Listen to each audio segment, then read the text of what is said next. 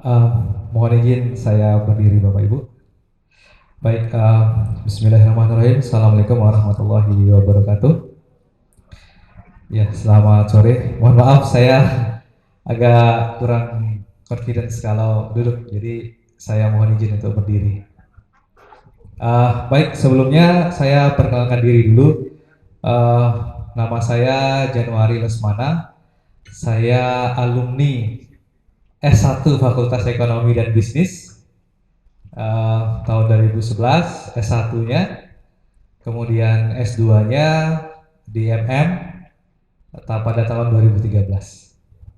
Jadi saya adalah salah satu mahasiswa yang mungkin bisa menjadi referensi bagi kampus. Ibaratnya saya begitu selesai sudah bertarung di dunia kerja gitu, dan mungkin salah satu yang bisa muncul di permukaan dari sekian lulusan. Nah, kira-kira nanti saya akan sedikit sharing kira-kira apa mungkin pengalaman ya, kemudian yang lebih tepatnya itu tantangan secara real nih dari sisi pandang saya sebagai human resource manager di salah satu perusahaan ya. Jadi beberapa pengalaman yang sudah saya jalani sampai pada titik seperti ini. Oke, untuk kali ini saya akan membahas sebelumnya Pak. Ya, skill dan kompetensi menghadapi ketatnya persaingan dunia kerja. Di sini saya tidak terlalu detail menjelaskan tentang skill dan kompetensi itu apa, karena uh, dari saya belajar pun Bapak Ibu sudah mengajarkan saya, gitu. Tapi saya lebih mengarah kepada apa sih materi atau pengalaman atau experience yang dibutuhkan oleh adik-adik kita nanti. Kemudian apakah itu selaras dengan apa yang diajarkan di kampus? Kalau misalnya melihat dari pengalaman saya selama saya S1 dan S2 mungkin 10 tahun yang lalu, dari apa yang saya dapatkan berkarir selama 12 atau 10 tahun terakhir itu masih sangat jauh gapnya. Dan ini nanti kita buka sedikit ya, kita bedah sedikit seperti apa perbedaan nih yang pada pokoknya adalah itu menjadi poin dari kami terutama sebagai manajer HRD pada saat mau merekrut karyawan baru yang mungkin itu ada nanti dari lulusan kampus kita. Ya, karena saya juga pernah menjabat sebagai Humas Asosiasi Human Resource Manager di Hospitality Industry dengan 35 hotel yang ada di NTB ya. Jadi kami ini sebagai HR Manager itu tahu banget kebutuhan kami seperti apa. Dan ini yang ingin saya sharing, apakah mungkin bisa menjadi masukan kepada kampus untuk evaluasi terhadap mata kuliah. Mungkin saya tidak tahu tepatnya, tapi inilah yang kami butuhkan ketika kami mau merekrut seseorang sebagai bagian dari tempat kami. Oke, next Pak Yasa. Nah, ini sedikit pengalaman saya, kebetulan saya juga sangat dekat dengan Bapak Kadisnaker ya, Pak Putu Aryadi. Jadi beberapa programnya beliau sering diminta kami untuk menyusun, terutama dalam program ketenagakerjaan. Nah, saya tahun 2012 masih kuliah jadi Head of Operation di salah satu vendor kontraktor listrik. Kemudian selesai saya S2, saya merantau ke Bali. Saya belajar tentang SDM pariwisata di sana di salah satu retail terbesarnya di Bali, jadi sebagai asisten rekrutmen and training manager. Saya menghandle sekitar 1.400 karyawan di situ selama 1 tahun. Kemudian habis kontrak saya nggak perpanjang, kemudian saya pulang ke Golden Palace Hotel selama kurang lebih 4 tahun sebagai Human Resource Manager di situ. Nah, di situ saya alhamdulillah banyak sekali pengalaman dan pernah juga sampai sertifikasi HR Manager level ASEAN saat itu tahun 2016. Dan mungkin saya akan coba ikut lagi jika ada tahun ini. Kemudian setelah saya kurang lebih 4 tahun di situ, sempat servis RI1, Pak Menteri, Gubernur, semuanya. Akhirnya target saya tercapai, saya challenge ke Gili Trawangan. Saya pegang 3 resource dengan kurang lebih 400 karyawan. Jadi dua di Gili Air, 1 di Gili Trawangan sebagai Human Resource Manager juga selama 1 tahun sampai gempa 2018. Kemudian sempat lanjut sampai 2019, tapi begitu habis kontrak saya continue ke otomotif. Jadi basically saya itu ada di retail management, kemudian hospitality industry, dan 2 tahun di otomotif. Jadi kolaborasi mengenai sumber daya manusia dan experience saya itu jadi bukan hanya satu bidang saja. Jadi dari retail ada, hospitality ada, kemudian di otomotif. Saya 2 tahun di Krida sebagai corporate HR head office. Saya nangani 13 cabang Honda, Krida Honda CNTB sama 8 cabang Toyota CNTB. Nah, sempat saya juga sebagai Direktur Regional Visigo Academy, saya bangun kampus pariwisata juga, pendidikan vokasi D1 yang masih sekarang sampai berjalan. Kita kerjasama dengan Malaysia untuk kelas internasional. Kemudian yang terakhir saya di Corporate Human Resource Manager di PMA PT Invest Indonesia Island. Ya, itu kita ada di Hong Kong, Bali, Lombok, dan di Australia. Sampai dengan hari ini bersama dengan Pak Yasa sebagai Procurement Manager saya di situ. Nah, ini experience saya, beberapa undangan narasumber. Yang paling saya ingat adalah pada 2017, jadi saya pernah sama dengan GIZ Jerman untuk sebagai pendidikan atau pengelolaan materi. Waktu itu fokusnya ke SMK. Jadi sama, mengikis gap antara apa yang dibutuhkan oleh industri dengan materi ajar di sekolah. Itu pada tahun 2017. Nah, Bapak Ibu sekalian, Bapak Ibu dosen saya juga di sini ada Pak Furkon, ada Bu Handayani, ada Bu Maya. Ya, beliau juga dosen saya saat itu, ada Pak Bas juga, mungkin beliau lupa ya. Tapi beliau juga dosen saya di metode penelitian saat itu. Ya, jadi hari ini saya tidak akan terlalu banyak explain ya, karena kalau kita berbicara mengenai tantangan secara global itu terlalu jauh. Nah, mindset saya adalah mengikis nih lebih sedikit, kira-kira to the point aja nih, kira-kira seperti apa sih yang dibutuhkan di dunia industri itu. Gitu. Ketika lulusan kita, lulusan Fakultas Ekonomi dan Bisnis mencari kerja, kira-kira syarat mereka untuk diterima kerja itu seperti apa, gitu kan? Jangan sampai kita, atau mungkin sudah kejadian dari sekian banyak lulusan kita terserap di industri itu berapa? Karena saya sering ke Fakultas Ekonomi, ke Bu Handayani, beliau nyampein ke saya ada namanya tracer study yang mengukur 1 tahun Bu ya, 1 tahun dari lulusan itu terserap kerjanya berapa persen gitu. Karena ya kalau misalnya secara kompetensinya mereka tidak memenuhi kualifikasi, 100% kami nggak akan terima gitu. Nah, kira-kira kompetensi apa sih yang dibutuhkan supaya dia bisa diterima bersama kami di industri? Karena pasti pertama kali dia kirim CV, dia akan berhadapan dengan HRD. Wajib hukumnya itu. Oke, next Pak. Nah, saya sedikit reminder skill dan kompetensi. Nah, ini sebenarnya yang memang kita butuhkan saat ini ya, tapi mungkin Bapak Ibu yang lebih paham mengenai skill dan kompetensi itu apa, tapi dari sisi saya itu ingin lebih ke arah penguatan kompetensi apa yang dibutuhkan oleh industri, seperti itu. Dan itu rata-rata sama. Kami 35 HR manager itu kurang lebih dasar kompetensi dalam perekrutan itu sama, tidak begitu jauh, hanya yang membedakan adalah karakter dari company itu. Misalnya City Hotel dengan Resort Hotel itu ada beberapa posisi, tapi pada dasarnya itu kompetensinya sama gitu.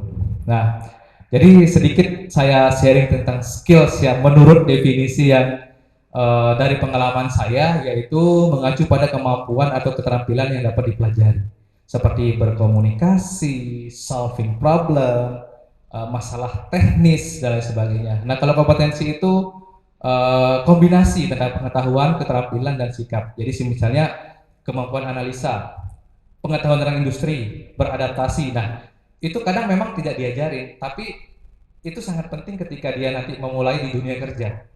Karena kalau dia tidak mampu beradaptasi, maka dia akan tersisih secara otomatis. Nah, itu di beberapa perusahaan yang pernah saya tangani, itu kejadiannya seperti itu. Jadi banyak ketika 3 bulan masa probation dia keluar, karena satu dia tidak mampu beradaptasi, kemudian yang kedua bisa jadi karena memang kompetisi persaingan dengan yang lain itu lebih tinggi. Nah, jadi setelah ini saya akan berbicara Bapak Ibu Misalnya nih, jika ada lulusan, terutama saya orang MSDM, lulusan kita ingin berkarir di dunia sumber daya manusia, misalnya lulusan S1 Fakultas Ekonomi nih, mau melamar sebagai HR admin atau staf HRD atau staf SDM. Nah, kira-kira apa sih yang dibutuhkan supaya lulus menjadi seorang staf HRD? Itu baru satu bidang, Bapak Ibu. Saya belum berbicara di bidang yang lain. Kalau saya berbicara itu mungkin bisa seminggu nggak selesai karena banyak banget kualifikasi per posisi per job description itu sangat banyak. Tapi alhamdulillah saya sudah punya itu semua. Tapi di tiga jenis company, retail management, otomotif sama hospitality. Itu banyak banget kualifikasi yang sampai 10 tahun saya berkarir itu saya punya. Tapi ini sebagai gambaran untuk membuka mindset kita bahwa satu posisi aja segini loh yang dibutuhin gitu. Nah, oke, next. Nah, seperti ini Bapak. Jadi kalau misalnya mahasiswa kita atau adik-adik kita ingin berkarir sebagai tenaga di bidang SDM atau cita-citanya menjadi HR manager suatu saat, maka paling tidak dia harus tahu 30 ini. Karena tidak akan lain dari ini pertanyaannya. Ini sudah tidak sebagian besar. Nah, pertama, general operation dan administrasi, surat menyurat, email. Ketika interview face to face, oke, kamu tahu nggak tentang email? Tahu nggak proses ini? Tahu aja Pak, sekedar tahu. Ada poin tersendiri. Kemudian rekrutmen. Nah, mungkin kita sering diajarin tentang rekrutmen adalah sebuah proses seleksi mulai dari seleksi sampai dengan penerimaan, itu mungkin secara general teoritis, tapi di kami rekrutmen itu sangat detail. Mulai dari how to make a flyer vakansi, kemudian posting platform di mana aja supaya bisa mendapatkan kandidat yang berkualitas, kemudian scheduling interview, kemudian dalam interview itu kualifikasi apa aja yang kita butuhkan. Itu rekrutmen itu sangat luas. Makanya ketika kami share vakansi itu kadang sampai ratusan yang kirim lamaran kerja. Nah, proses seleksinya supaya lebih efektif bagaimana? Apakah kita harus buka CV-nya satu-satu? Nah, jadi seperti itu. Kemudian ada namanya payroll. Ya, jadi sedikit pemahaman tentang payroll juga penting karena kita akan tanyain. Kenapa? Karena itu akan berpengaruh. Ketika dia menjadi seorang staf administrasi atau di human resource, maka dia harus menangani yang namanya absensi. Colok di mission fingerprint, tarik data, bisa diolah, kemudian dicocokkan dengan payroll. Nah, itu yang kami butuhkan. Gitu. Jadi kalau misalnya dia bisa ya cara penggunaan mesin fingerprint, tarik data, itu udah nilainya udah sangat bagus. Ya, sangat bagus untuk kita terima karena saya nggak perlu ngajarin dari nol lagi, dari awal lagi karena dia sudah punya kompetensi itu. Gitu. Nah, kemudian ada misalnya tentang BPJS, perlu Bapak Ibu karena mereka pasti wajib akan mengurus walaupun tidak sekompleks, tapi minimal dia tahu pemahaman tentang BPJS kesehatan itu apa, BPJS ketenagakerjaan itu apa. Mungkin perlu diundang sesekali tentang PIC BPJS untuk menjelaskan. Karena ketika dia lulus nanti wajib kami akan tanya, pernah tahu namanya BPJS nggak? Karena itu akan menjadi rutinitas mereka setiap minggu, setiap hari, setiap bulan. Karyawan in out, yang resign, yang promosi, upgrade positionnya, salary-nya berubah, BPJS-nya juga berubah. Nah, itu kompetensi yang dibutuhkan. Kemudian kontrak misalnya, pernah nggak kita atau memberikan tentang PKWT atau PKWTT, ini juga sangat penting. Nah, perlu kita kasih pemahaman tentang kontrak kerja. Nah, jadi mungkin diselipkan tentang kontrak kerja seperti apa, bagiannya seperti apa itu karyawan kontrak, karyawan permanen, outsourcing, mungkin bisa diberikan pemahaman atau penjelasan secara teoritis dan praktiknya mungkin bisa dilakukan di kita.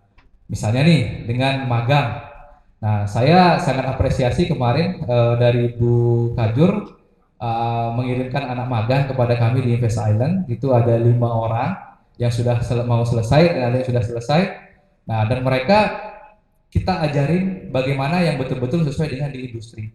Sampai saya bilang ke mereka, kalau misalnya kamu wisuda nanti, tulis referensi nama saya.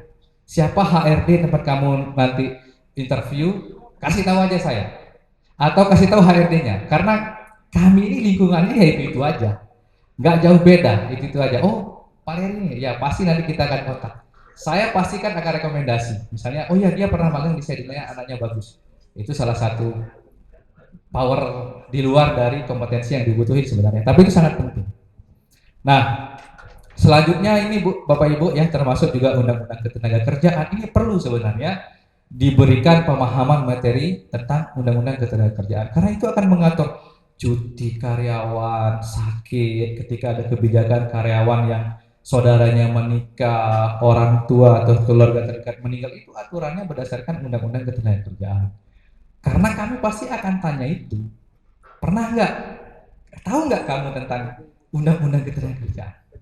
Nggak tahu. Nah, ketika ada jawaban nggak tahu, artinya mindset kami bahwa oh saya harus ngajarin dari nol dan kami tidak mau. Ya, jadi saya open rahasianya company kenapa banyak mahasiswa yang lulusan baru nggak terima karena kami nggak mau ngajarin dari nol. Kami membayar mereka, tapi kami tidak mau mengajarkan mereka yang dari nol banget gitu atau yang dari kurang banget. Ya, makanya saya selalu menawarkan namanya magang. Kualifikasi kalian belum kami butuhin di sini. Tapi kalau kamu mau dari magang, ayo lah, saya ajarin. 3-6 bulan saya ajarin. 30 jurus ini saya akan ajarin. Sehingga nanti ketika dia sudah punya potensi untuk saya rekrut, saya pasti akan rekrut. Even kalau misalnya tidak ada posisi di saya pasti akan merekomendasikan kepada rekan-rekan kerja yang lain. Bahwa ini sudah punya potensi untuk, udah layak dia dijadikan staff seperti itu. Nah, beberapa item termasuk misalnya tentang apa namanya employee happiness. Nah ini juga perlu kita ada namanya engagement employee. Jadi bukan hanya sekedar kita di atau menerima secara pembelajaran teoris, tapi perlu ada pembelajaran yang bagaimana supaya kita care to the employee atau care kepada orang lain. Misalnya seperti setiap ada karyawan yang ulang tahun, kita berikan ucapan, kita buatkan kue, sekedar apa. Nah, jadi rata-rata yang saya temukan adalah itu ada unsur tidak begitu care ya. Padahal itu sangat penting di dunia human resource. Gitu. Nah, ini adalah kalau misalnya 30 poin ini pernah diajarin atau masuk dalam mungkin bagian dari pembelajaran yang diterima, saya yakin akan sangat banyak yang berpotensi untuk bisa diterima. Karena tidak jauh beda, ya Bapak Ibu bisa menanyakan ke semua rekan HRD yang berkarir di dunia perusahaan atau industri, tidak akan jauh beda dari itu. Karena kebutuhan kita ini sama, termasuk juga bagaimana pembuatan peraturan perusahaan. Walaupun dia mungkin terlalu tinggi bobotnya untuk dia mengerjakan, tapi setidaknya dasar dia untuk tahu cara pembuatan peraturan perusahaan itu ada, minimal secara teoritis dia sudah pernah dapat gitu. Nah ini yang saya sharing ini adalah akan menjadi aktivitas sehari-hari yang akan dikerjakan oleh karyawan.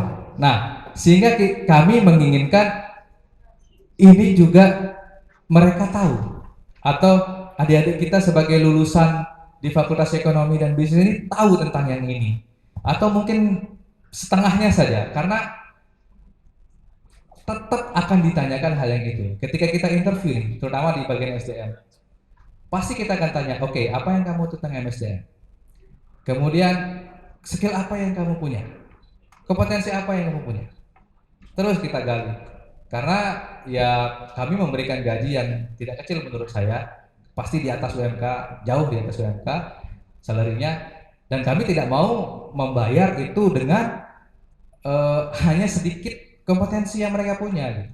Take and give-nya ada. Take and give-nya ada. Misalnya mereka menguasai seperti ini minimal 80% aja. Mereka bisa bergaining salary kok sama saya. Misalnya kalau di tempat saya, misalnya minta gaji 5 juta misalnya bisa.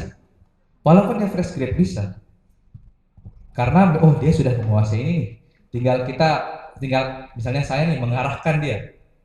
Gitu. Saya di mana-mana kerja itu 1 tahun mereka harus naik gaji Pak.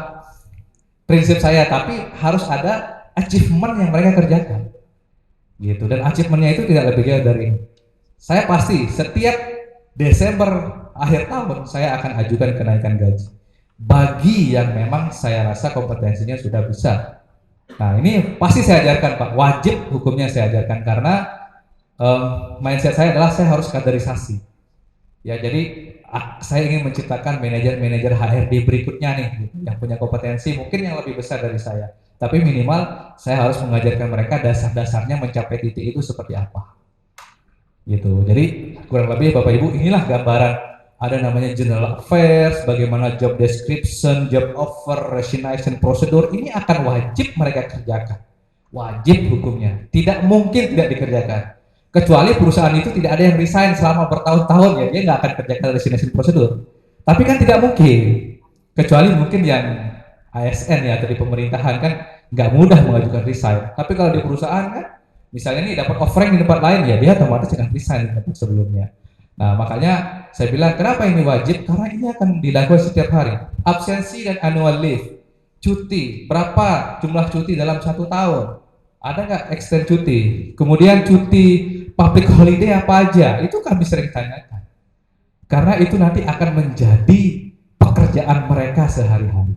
Nah minimal ketika pada saat kami proses interview, mereka memahami, oh ya cuti Pak ada 12 hari setahu saya secara aturan undang-undang, kemudian public holiday itu ada sekian.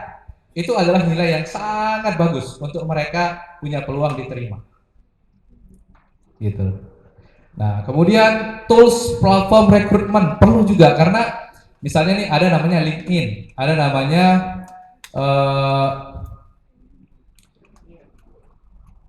apalagi selain LinkedIn, sosial media juga perlu untuk post lowongan kerja. Nah, mereka juga harus bisa menggunakan tools itu. Misalnya nih punya IG, ya jangan hanya dipakai untuk upload foto dan makanan ya gitu. IG juga bisa dipakai untuk sharing lowongan kerja, WA juga bisa gitu kan, karena platform itu bukan hanya mengenai tools saja, tapi sosial media juga bisa dijadikan peluang nih untuk bisa sharing vakansi. Nah itu yang kita butuhin. Kemudian masalah undang-undang ketenagakerjaan itu juga penting. Misalnya bagaimana kepengurusan ketika kalian masuk nih, hak dan kewajibannya itu apa. Nah minimal mereka kan adik-adik kita kan S1 bukan SMA ya, bukan SMK. Jadi minimal sedikit tahu tentang undang-undang ketenagakerjaan yang berkaitan dengan kekaryawanan. Kalau semua ya terlalu jauh. Misalnya seperti hak dan kewajiban itu aja dulu yang mereka tahu. Oh hak karyawan apa, kewajibannya apa. Nah itulah. Jadi meskipun dia fresh grade, kami pasti akan menanyakan tidak jauh-jauh dari 30 item ini gitu. Nah, salah satu ada monday.com, itu jenis report. Masing-masing perusahaan punya cara reporting sendiri. Kalau kami menggunakan monday.com, ini lebih terperinci. Jadi setiap menit apa yang dikerjakan itu diukur oleh monday.com. Misalnya masuk jam 8, pulang jam 5, dari jam 8 duduk sampai jam 9, itu ada ukurannya melalui monday.com.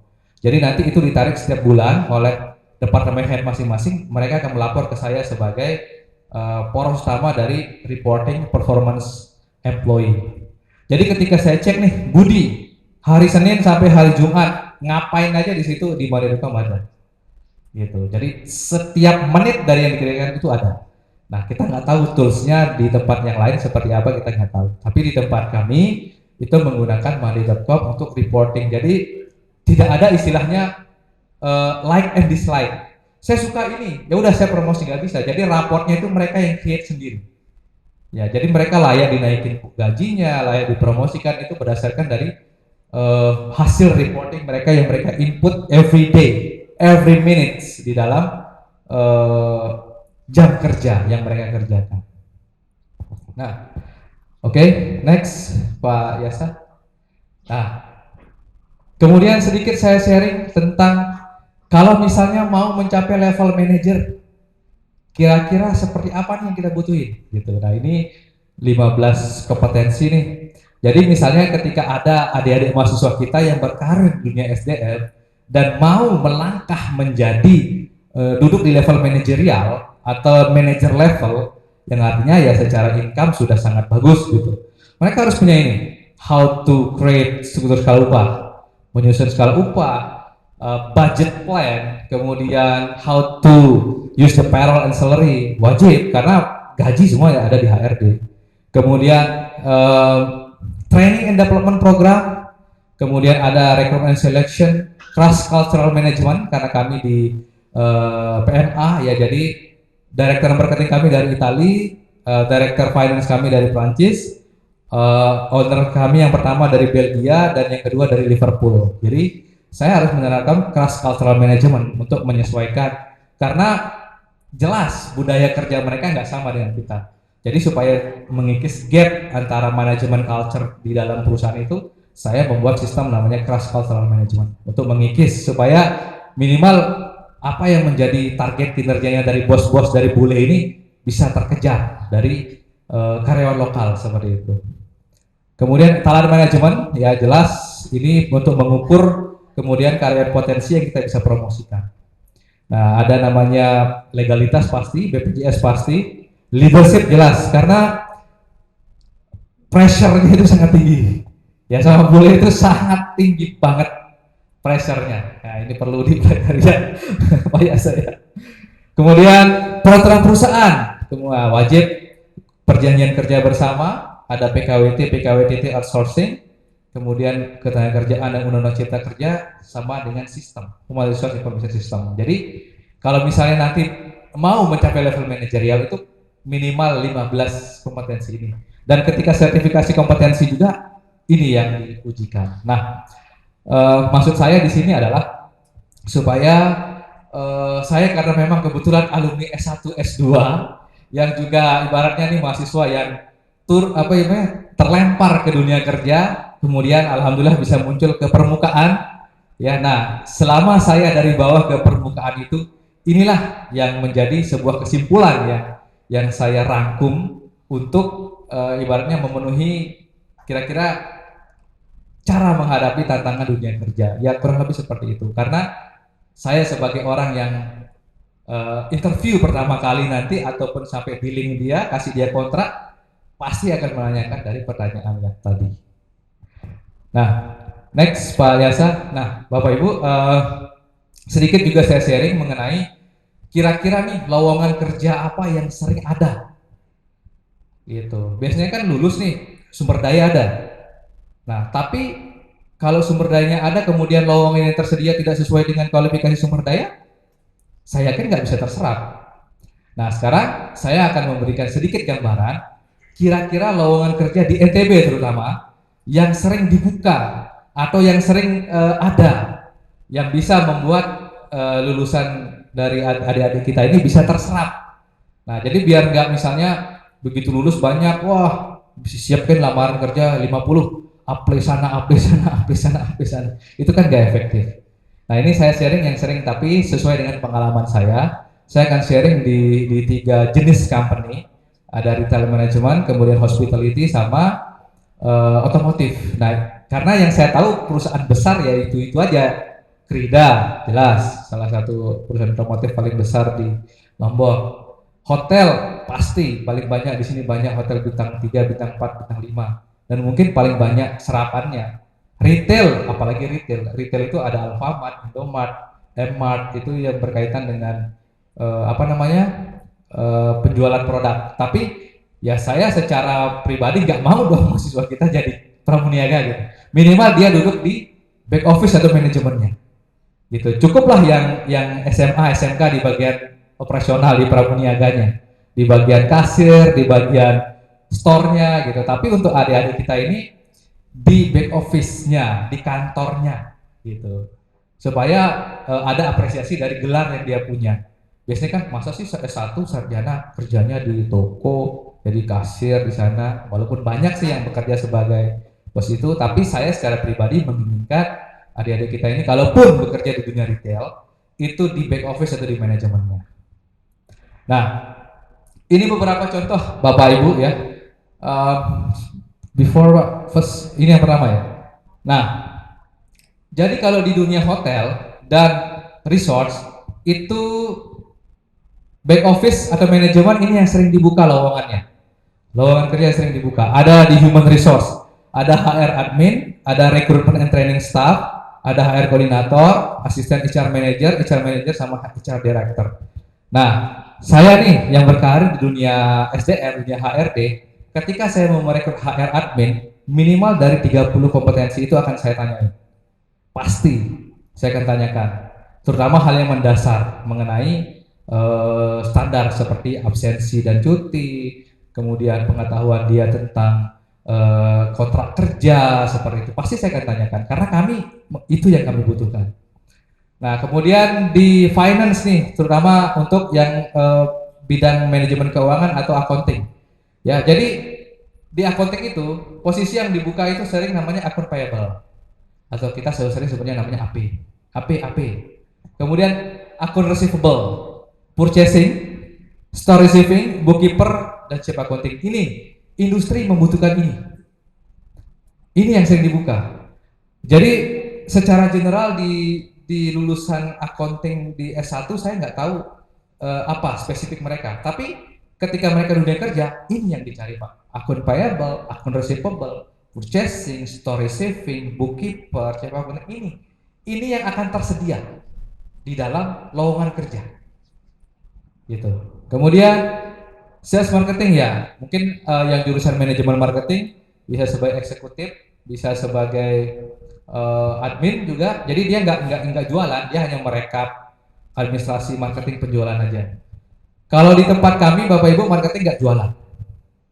Ya, yang jual itu sales. Ya, marketing di Invest Island marketingnya nggak jualan. Ya, yang jualannya itu sales. Jadi yang jualan property land itu sales. Marketing dia nggak jual, dia meng-create suatu jenis produk atau meng-create desain produk, kemudian yang dijual oleh sales. Nah, ini yang untuk contoh hotel dan resort Bapak yang sering akan dibuka, sudah pasti akan dibuka, akan ada dimanapun. Itu rata-rata seperti ini lowongan kerja yang ada. Kemudian next, otomotif nih, karena saya 2 tahun megang Toyota Honda nih. Nah, di situ lebih kompleks lagi. Jadi HR-nya banyak banget. Saya dulu tim saya di sana ada 6 orang. Ada admin, rekrutmen staff saya, rekrutmen training, supervisor, ya, asisten payroll manager khusus yang menangani masalah gaji karyawan, cuti, tete pengeknya sudah yang berkaitan dengan benefit sama HRGA manager. Jadi banyak juga dan sampai dengan hari ini masih ada pembukaan untuk posisi rekrutmen staff di Krida. Masih. Nah, kira-kira bisa masuk nggak lulusan kita di situ? Nah, untuk masuk itu kira-kira apa yang dibutuhkan? Nah, kurang lebih dari yang saya jelaskan sebelumnya itu kompetensi. Walaupun HR manajernya bukan saya, teman kerja saya, tapi ketika dia tahu tentang 30 itu minimal setengahnya, kemungkinan besar dia akan diterima. Gitu. Nah, sama juga di accounting departemen ya, akun payable, receivable, purchasing itu sama. Jadi industri itu walaupun apapun jenisnya, nama posisi lowongan kerja itu sama. Nah, ini lowongan kerja yang tersedia. Gitu. Jadi lulusan kita ini ketika dia terjun ke dunia industri kerja pasti akan mencari lowongan kerja yang tersedia. Ya ini kurang lebih yang akan dibuka. Nah, next Pak, yang terakhir tentang retail management. Nah, jadi di back office-nya itu banyak banget karena kalau saya lihat di Lombok ini sekitar 50 sampai 60 orang ya, back office manajemennya. Lumayan banget itu kalau misalnya bisa menyerap lulusan dari FEB. Nah, ada namanya HR jelas, tadi HR itu kurang lebih sama breakdown-nya. MD departemen namanya merchandising. Nah, merchandising ini mungkin lebih manajemen marketing untuk produknya, create product but not selling ya. Jadi dia hanya meng-create produk. Kemudian business development, biasanya ini adalah manajemen SDM, manajemen keuangan masuk ke dalam business development. Kemudian legal, ya. Jadi orang SDM juga bisa masuk ke legal, bukan mesti hanya harus hukum saja. Karena legal itu bukan hanya berkaitan dengan hukum, tapi termasuk mengurus perizinan seperti perizinan sertifikat halal, like higienis, kemudian sertifikat damkar, itu juga dikerjakan oleh yang bisa masuk di jurusan MSDM. Nah, kemudian finance and accounting department sama saja. Itu ada akun payable, akun receivable, purchasing, kurang lebih seperti itu. Nah, karena di sini tidak ada industri yang besar, misalnya seperti manufaktur, mungkin kita belum ada, atau garment mungkin belum ada. Nah, kelasnya ya gitu-gitu aja. ya, otomotif ya Krida, Daihatsu CS, hotel ya itu aja Golden Palace Astoria ya City Hotel, punya resort ada Jayakarta, Katamaran dan sebagainya. Dan itu saja, ruang lingkupnya itu saja. Jadi kami ini bertemu dengan HR manager itu aja, apapun kegiatannya itu aja. Dan lowongan kerja, kalau kerja yang tersedia ya kurang lebih itu aja. Sehingga saya berani menyampaikan ini karena memang yang dibutuhkan itu ya faktanya seperti itu, gitu. Jadi fakta yang dibutuhkan ketika lulusan kita mau bekerja supaya memiliki potensial terserap di dunia kerja, ya kurang lebih yang 30 tadi, terutama di bagian SDM. Gitu. Kalau saya membedah misalnya di bagian FA, waduh, nggak selesai Pak. Kompetensi job description SOP-nya seperti apa? Misalnya nih, S1 accounting, ini job description-nya accounting, pelajarin ketika kamu lulus ini yang dipakai. Wah banyak banget. Nah ini hanya selayang pandang atau sekilas tentang misalnya MSDM terutama karena saya memang orang SDM. Jadi kalau misalnya adik-adik kita mau berkarir ke dunia SDM, ya minimal dia harus punya dasar fondasi yang tadi yang saya sebutkan tadi. Walaupun tidak se-expert, tapi minimal mereka tahu karena itu yang akan ditanya, wajib hukumnya. Wajib akan ditanya mengenai poin-poin yang tadi. Ya, next Pak. Nah, jadi sedikit quote dari saya, setiap proses pasti memiliki tahapan untuk kita pelajari. Belajar step by step, mempelajari secara detail, kemudian ketika terbiasa akan menjadi sebuah keterampilan yang bisa menjadi keunggulan ketika kita mencari kerja, terutama saat menghadapi proses interview HRD.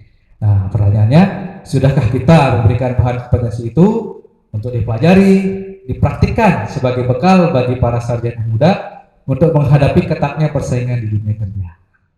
Ya, demikian Bapak Ibu yang dapat saya sampaikan. Kurang lebihnya mohon maaf. Terima kasih. Assalamualaikum warahmatullahi wabarakatuh.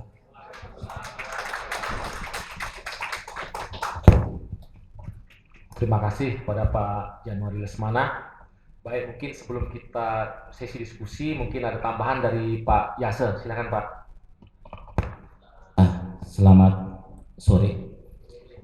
Saya Yasa, Nyaman Mata Yasa. Satu tempat kerja dengan Pak Leri. Mungkin saya akan ada keterbatasan waktu.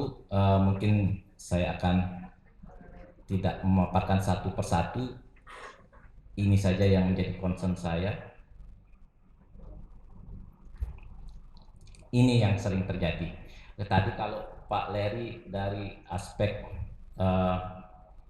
dari kampus mau masuk ke dunia kerja, saya mungkin lebih mengulas, mungkin lebih membagi cerita apa sih jalan ketika sudah kerja. Mungkin disclaimer di awal gitu ya. Basic saya accounting, pekerjaan saya lebih banyak berkenaan dengan accounting and finance. Jadi mohon maklumi nanti apa yang saya sampaikan itu punya kecenderungan di finance dan accounting. Ini yang sering terjadi di yang adik-adik mahasiswa alami. Banyak hal sih sebenarnya yang harus dari kampus gitu ya, itu sudah dipersiapkan memberikan mahasiswa kewaspadaan seperti itu. Mungkin paling kalau saya bisa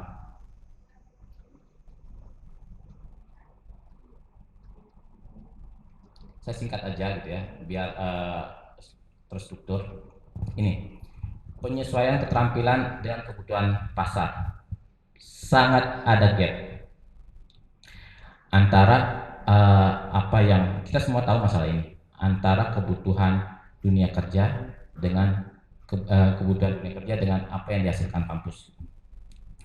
Banyak hal-hal, contohnya hal-hal kecil yang mahasiswa tidak diberi kewaspadaan. Hal simpel saja gitu ya, masalah staf baru yang tidak punya keterampilan. Dia punya ilmu tapi tidak punya keterampilan. Sesimpel menghubungkan komputer dengan display eksternal. banyak itu yang nggak tahu. Kemudian untuk alat-alat kerja, hal-hal yang umum di dunia kerja tapi tidak pernah dikenalkan. Kita tahu adik-adik mahasiswa pasti natif, teknologi natif gitu ya. Tapi untuk hal yang sebenarnya tidak perlu di dunia kerja, yang diperlukan di dunia kerja malah dia tidak paham, bahkan tidak dikenali. Untuk software-software yang simple, semua tempat kerja pasti pakai seperti Tableau, kemudian Google Workspace, and then Microsoft Power Automate. Itu program software yang sangat dasar. Tapi sorry, saya yakin teman-teman dosen ada yang nggak paham itu.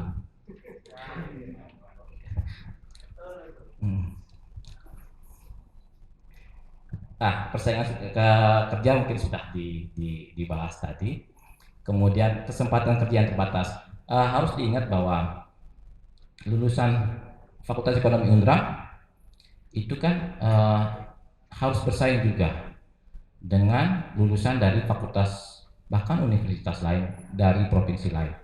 Terkadang mungkin ini bisa dikoreksi juga oleh Pak Leri. Di kampus, di tempat kerja saya, lulusan Unra itu sedikit.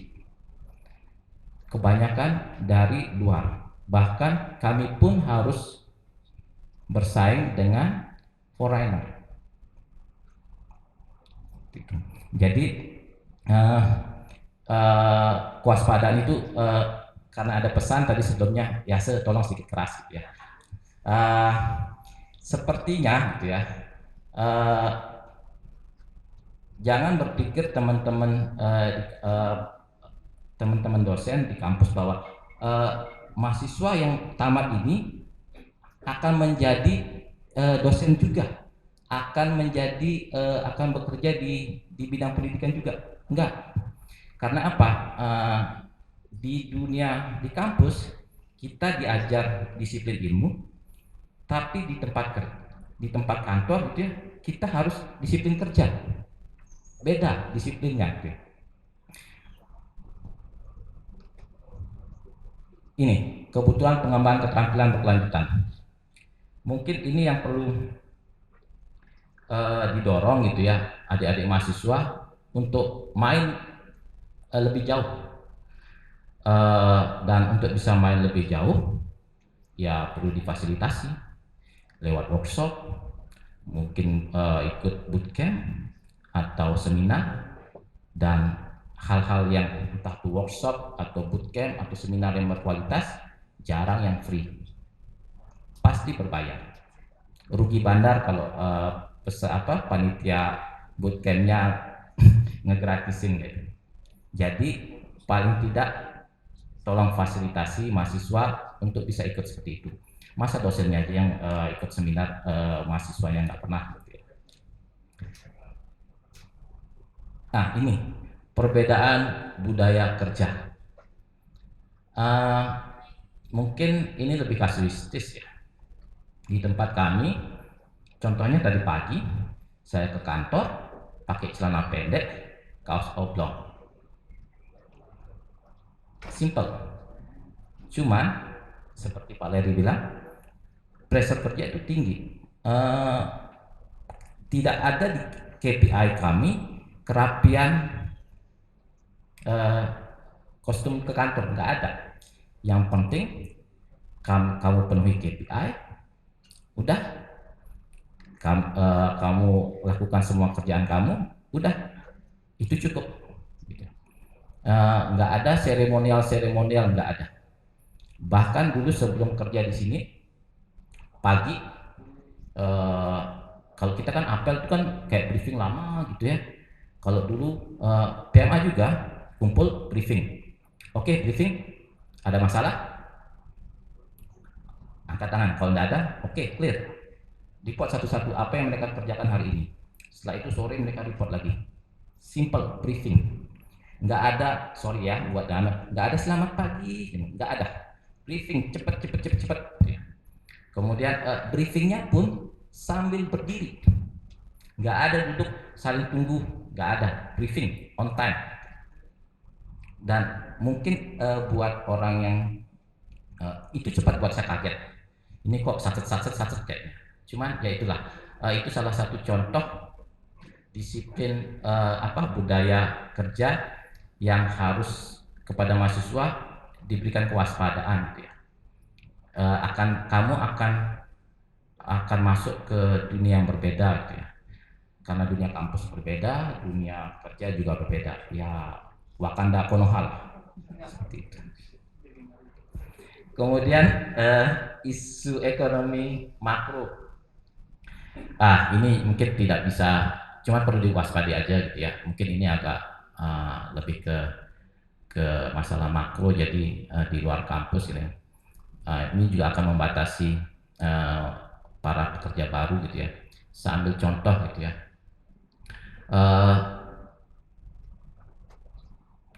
Rumah di Mataram, kerja di Kute, itu tidak ramah untuk kantong. Dan kenapa tidak ramah untuk kantong? Karena infrastruktur public transport di Mataram di Lombok ini buruk.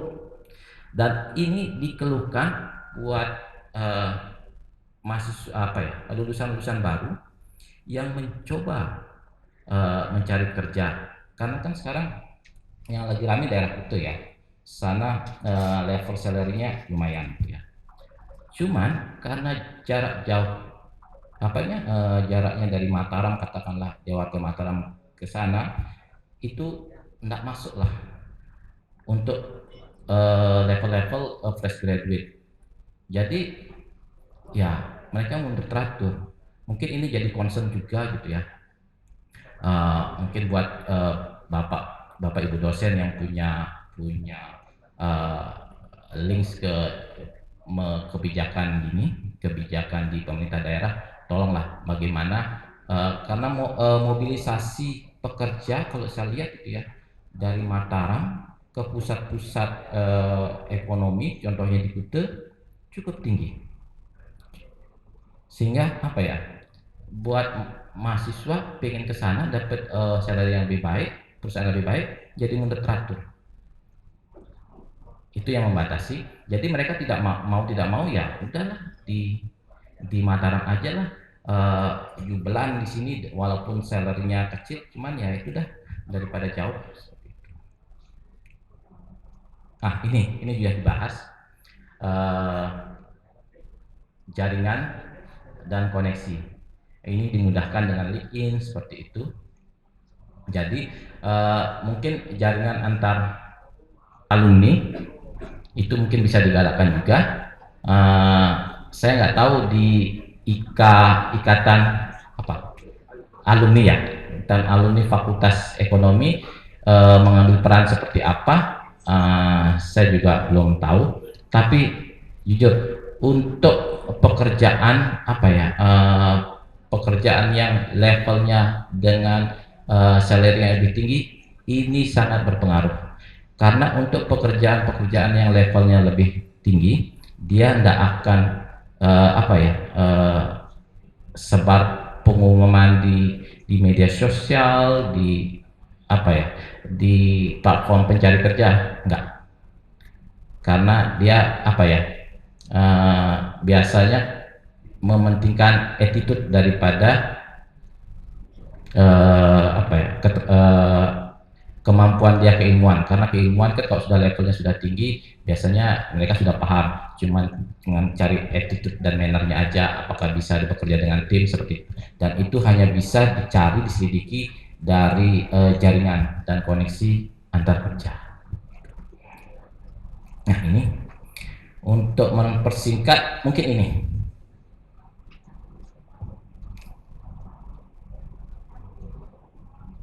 ini yang bisa kita lakukan menurut saya dan diskusi dengan teman-teman.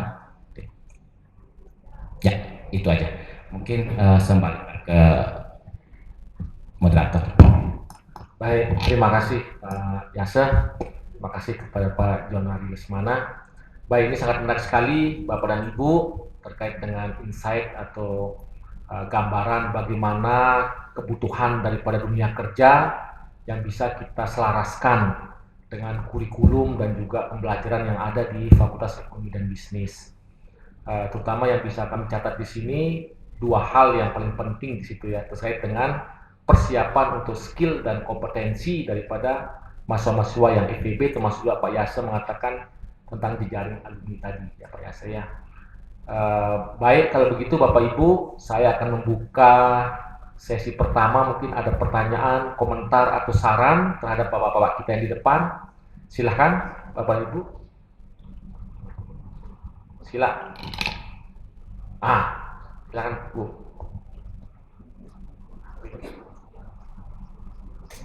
Mic-nya dulu.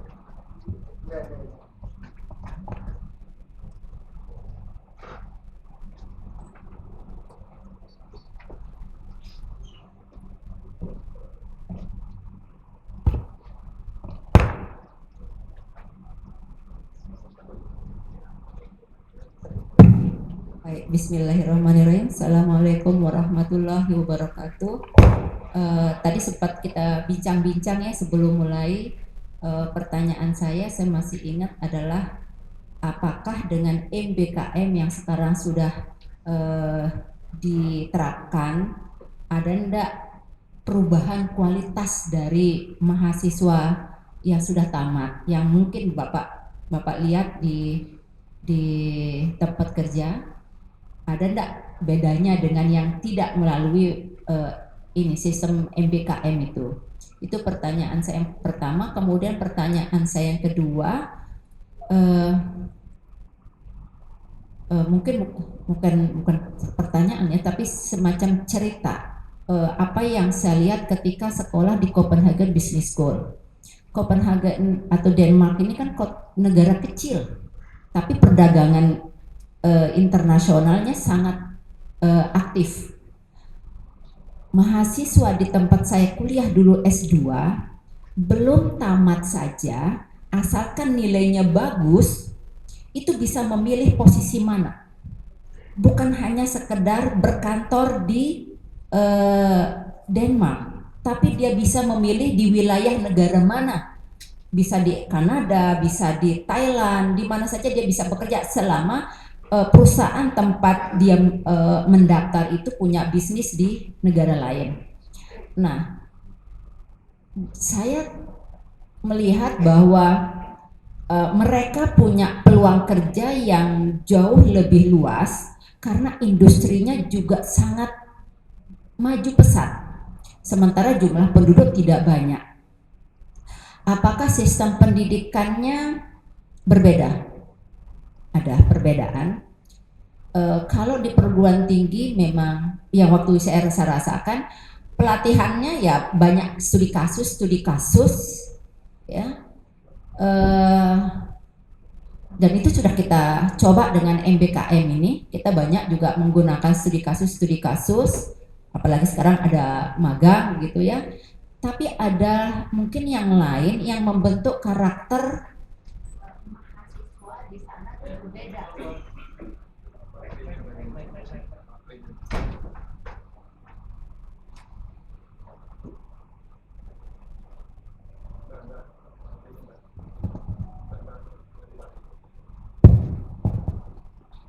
Di sana dari kecil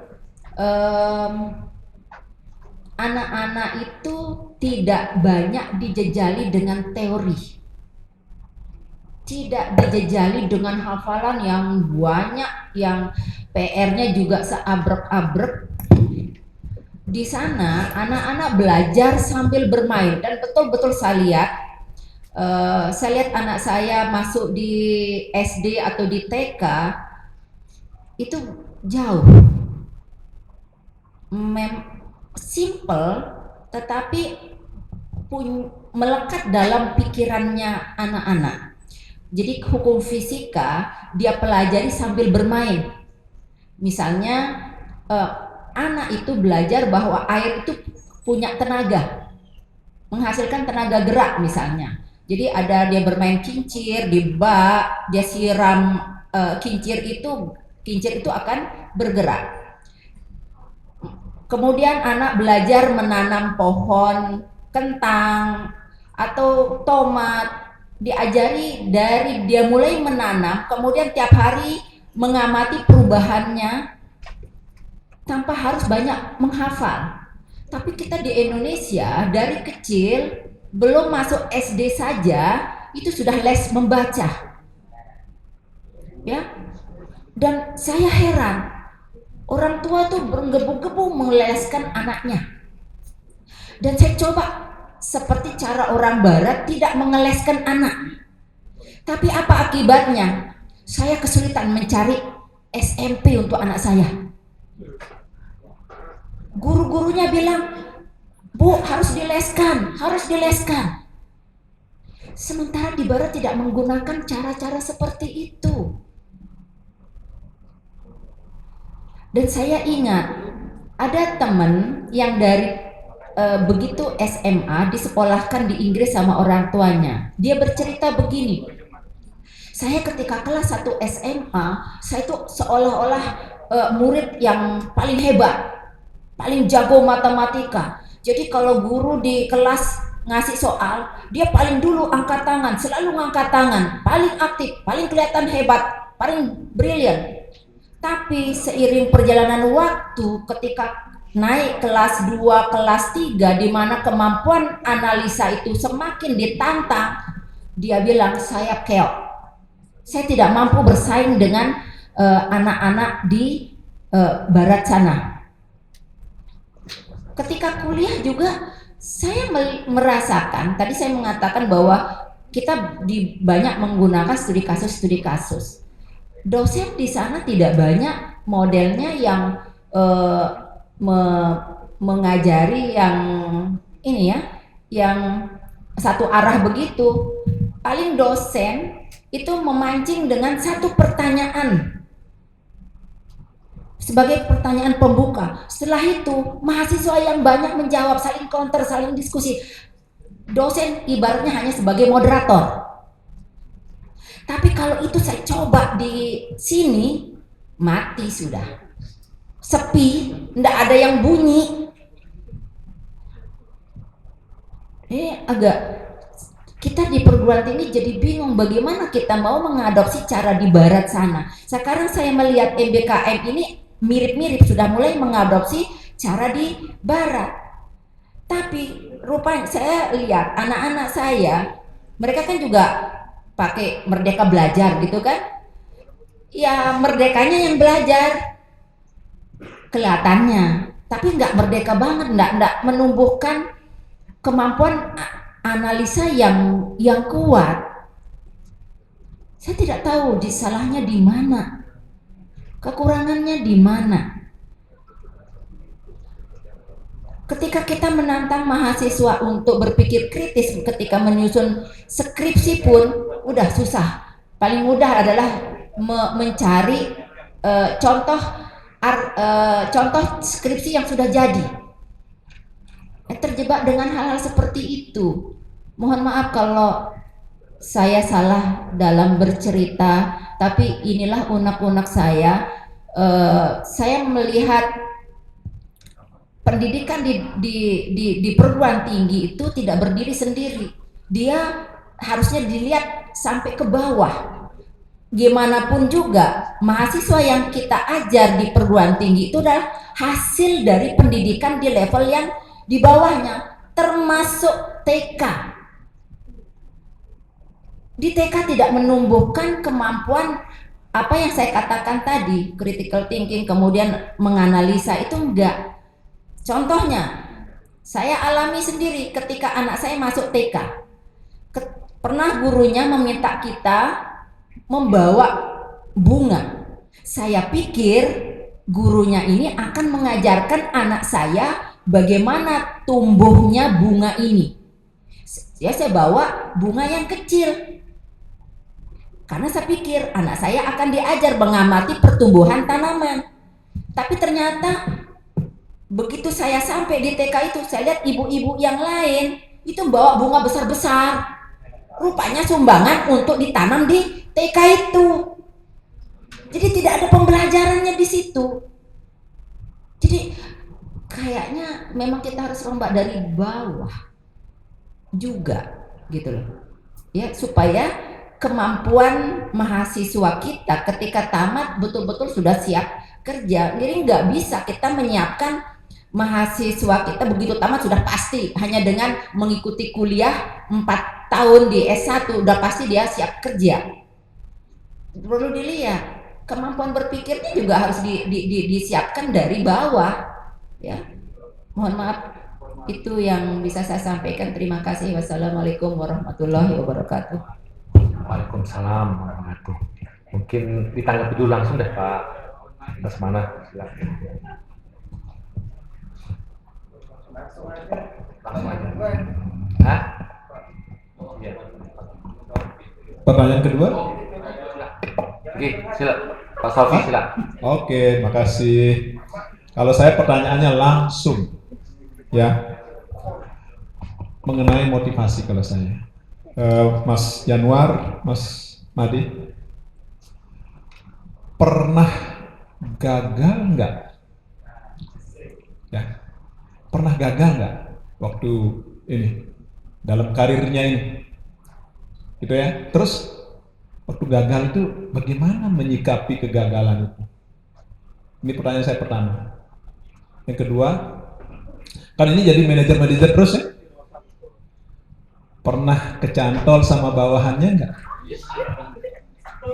Terus bagaimana mengelola perasaan itu?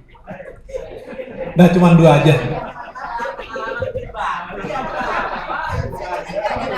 Enggak, terserah. Yang penting daripada semuanya ngantuk. Nah, jadi saya bertanya yang ini supaya seger juga semuanya. Tapi saya yakin ini masalah motivasi. Karena saya yakin adik-adik kita yang akan mengikuti jejak Anda berdua ini juga akan melalui hal yang saya tanyakan tadi itu. Mungkin itu dari saya. Terima kasih. Ya, Assalamualaikum warahmatullahi wabarakatuh. Selamat sore. Waalaikumsalam. Bagaimana?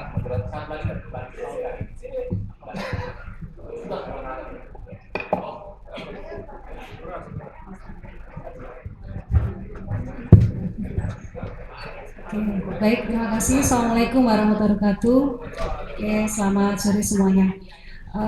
Menarik sekali mendengarkan paparan dari kedua narasumber ya, gitu. Tapi dari paparan tadi itu saya menjadi teringat dengan salah satu tabel ketika melakukan reakreditasi di Lamemba.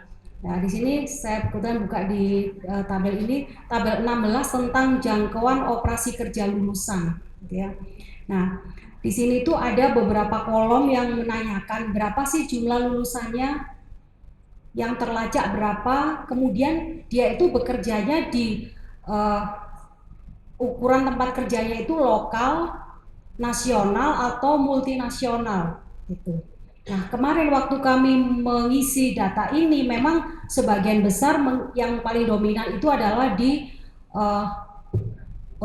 jangkauan tempat kerja yang lokal. Sementara untuk nasional ada tapi tidak banyak, bisa di BUMN, tetapi yang multinasional atau internasional malah kosong kalau nggak salah.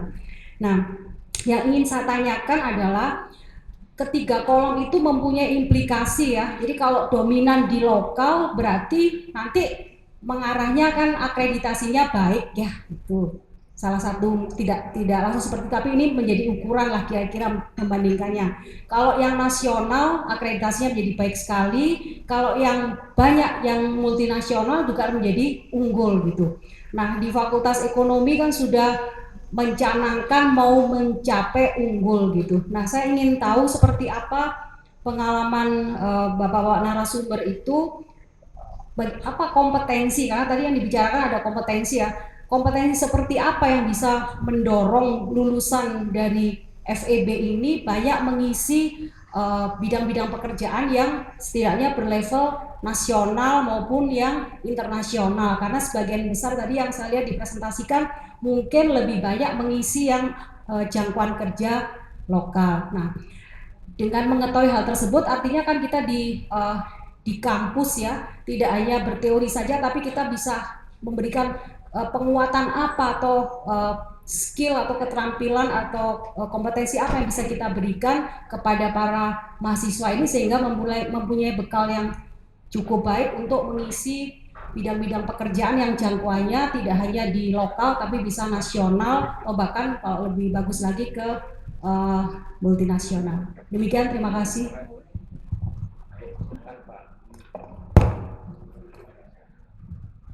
Baik, terima kasih atas pertanyaan dan sharing yang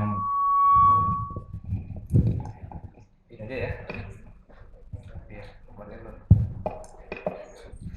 Oke, menarik sekali, luar biasa pertanyaan dari Bapak Ibu ya, yang sebenarnya memang dosen saya juga sih.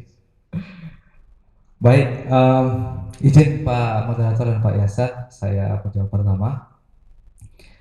Tadi dari Ibu Sul menanyakan tentang MBKM, apakah ada perubahan sejauh ini? MBKM ini baru dilaksanakan atau pertama kali beberapa bulan lalu ya, Bu Handayani dan Bu Maya. Jadi baru satu angkatan, Bu. Itu pun waktu itu saya turun ke kampus, dibuatkan acara untuk saya presentasi ke mahasiswa tentang company seperti apa, sehingga ada ketertarikan 5 mahasiswa.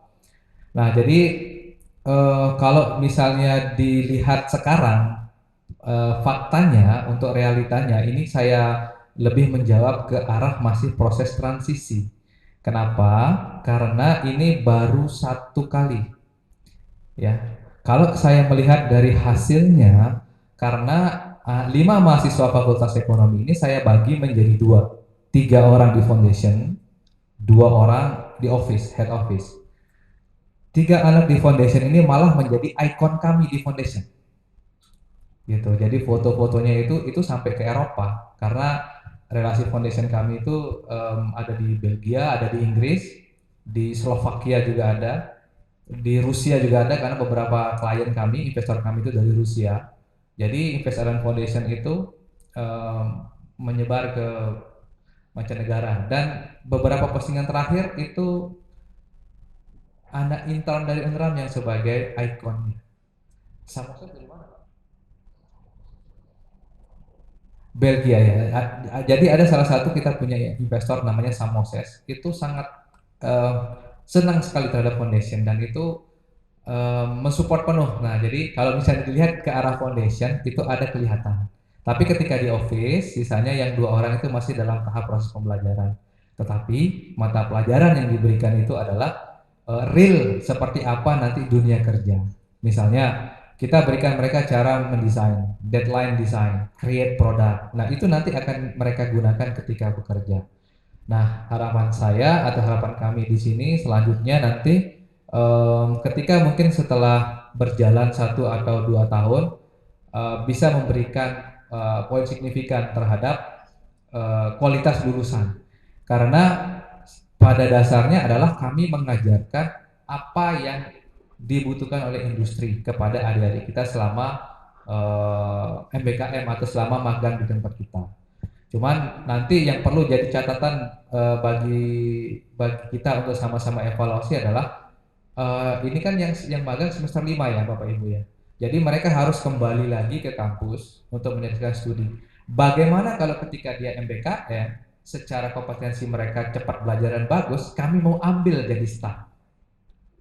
Apakah dipermudah masalah administrasi perkuliahannya atau bagaimana? Karena ada mungkin suatu saat nanti yang berprestasi yang sekiranya bagus, oke, ini saya mau diamkan.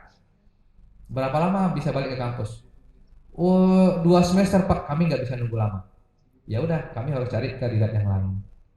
Nah, itu mungkin akan menjadi bahan evaluasi nanti, kira-kira misalnya ketika ada mahasiswa yang bagus, kira-kira bisa nggak nih kita ambil, kemudian prosesnya bagaimana? Misalnya, oke, mungkin flexible time untuk kuliah, kita nggak tahu. Tapi untuk saat ini dibilang kontribusinya ada Bu, tapi belum signifikan. Karena baru 1 kali prosesnya. Nah, kemudian mengenai masalah studi kasus. Saya pertama masuk di Invest ini dihadapkan sama kasus yang 3 tahun tidak selesai-selesai, Bapak Ibu. Jadi beneran menganalisis critical thinking, how to solve the problem itu kita diuji banget. Jadi sudah 2 kali ya manajer HRD sebelum saya resign, ya Pak ya saya 1 tahun tidak pernah terselesaikan. Even hari pertama saya masuk, hari itu langsung harus selesai masalah itu. Jadi owner saya bilang, oke, Pak Eri, I will you finish this problem today. Even I don't know what actually the problem. Saya nggak tahu secara detail problemnya apa. Akhirnya saya datang, saya cari tahu, ternyata masalahnya adalah security. 15 security mengancam akan melakukan pencurian besar-besaran. Bahkan karena itu wilayah mereka, tanah Papuk Baluknya mereka, walaupun dibeli oleh perusahaan, ini Papuk Baluk saya punya dulu ini katanya. Jadi saya mau ini apa ya bebas. Nah, jadi sampai saya itu minta disuruh perusahaan untuk dikawal oleh Brimob sama Babinsa untuk menghadapi mereka. Saya bilang no, this is my team, karena di tempat kerja saya sebelumnya security itu under saya, under human resource. Akhirnya saya tanya, saya cari tahu, telusuri, bongkar 1 hari itu hanya khusus menangani masalah security yang bermasalah. Kita tahu SDM-nya mereka tidak ada yang sekolah Pak, Bu, nggak ada yang lulusan sarjana, apalagi sarjana, SD aja nggak ada ijazahnya.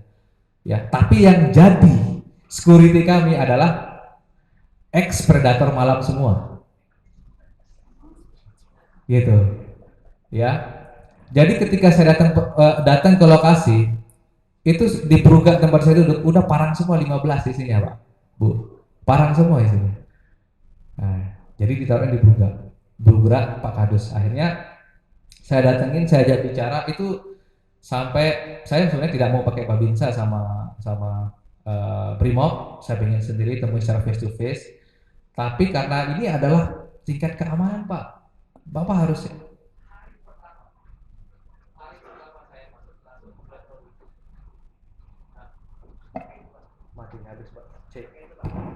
Nah, akhirnya apa yang saya lakukan? Saya datangi mereka semua.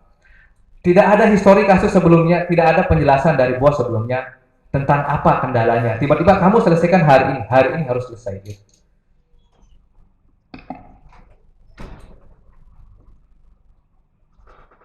Akhirnya masalahnya ternyata cuma sepele, miskomunikasi, masalah kontrak kerja mereka yang berakhir, yang hanya isu yang masuk bahwa mereka tidak akan diperpanjang. Ya wajar dong mereka ngamuk-ngamuk mau maling, mau mencuri apa karena dibilang tanah Papuk Baloknya, karena mereka nggak diperkerjakan lagi. Akhirnya saya datang, saya kasih evaluasi, saya cross check apa-apa masalahnya. Saya balik lagi ke office, saya ambil kontrak lagi, saya buatkan hari itu 15 saya kasih.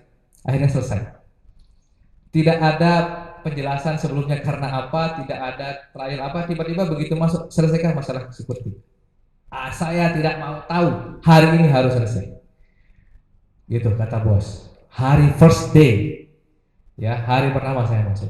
Jadi kenapa saya jelaskan seperti itu? Karena mengenai kasus analisa ini sangat penting. Kenapa? Karena saya lebih senang memang pembelajaran itu lebih banyak melempar case, and then kasus, kemudian let's try to solve the problem. Ya, give mahasiswa to speak up, kebebasan berbicara apapun ya jawaban mereka, tapi itu adalah cara latihan mereka untuk bisa membuat sebuah analisa berpikir ya, critical thinking, karena when they will grow up to the manager position, they must have that skill and competence. Kayak ya misalnya seperti saya ini, ya secara pekerjaan saya sedikit, tapi responsibility saya tinggi.